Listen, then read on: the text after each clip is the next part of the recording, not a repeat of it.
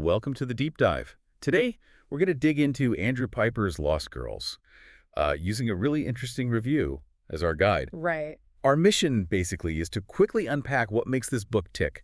It's described as a thriller, suspense, bit of psychological horror, and see if it's something you might find compelling. Okay. And what jumps out right away from this review is the main character, Bartholomew Strange. Strange, yeah.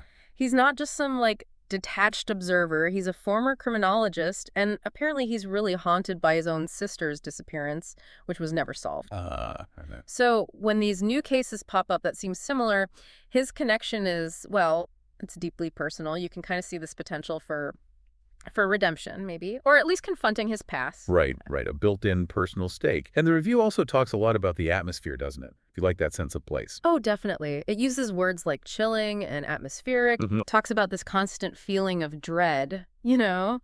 and a bleak and isolated landscape. It really sounds like the setting itself is almost a character, amplifying the unease. Yeah, that can be really effective. Hmm.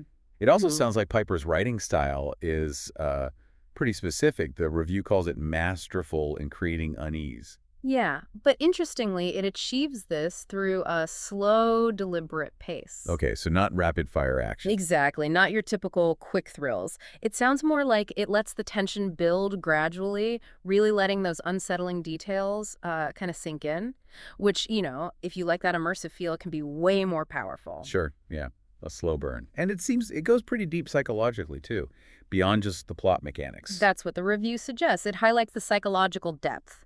Describes Strange, the protagonist, as complex and flawed, really haunted by guilt. So if you're into stories that really explore, the darker corners of the human mind, the inner workings of characters, this seems like it might hit the mark. And it mentions the supporting cast adds to that. Everyone's a bit suspicious. Yeah, exactly. Well-developed supporting characters, apparently, and you're never quite sure who to trust, adds another layer of that complexity. Okay, so here's a key thing the review points out. This isn't your standard thriller. Right. It makes a point of saying it's not a typical thriller with fast-paced action and easy answers. So manage expectations, maybe? Pretty much. It seems to focus more on, tougher themes.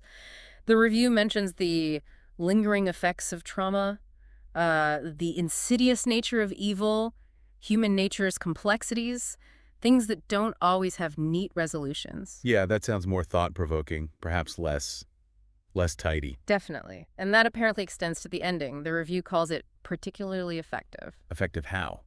Like satisfying or? More like unsettlingly effective. It says it leaves a sense of lingering unease, makes you think about things like obsession and how slippery truth can be. Okay, so an ending that sticks with you maybe raises questions. Exactly, which could be a big plus if you like books that provoke thought after you finish them.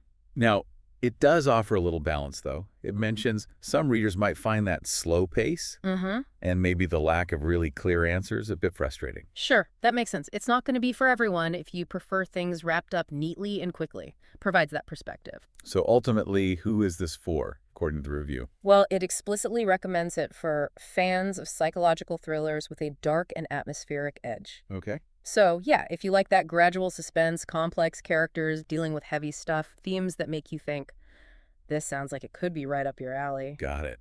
So wrapping up the takeaways from this review, Lost Girls sounds like a slow burn atmospheric piece. Yeah, heavy on the psychological depth. You've got this haunted protagonist, themes of trauma, obsession. And it leads to a conclusion that's maybe more thought-provoking than definitive.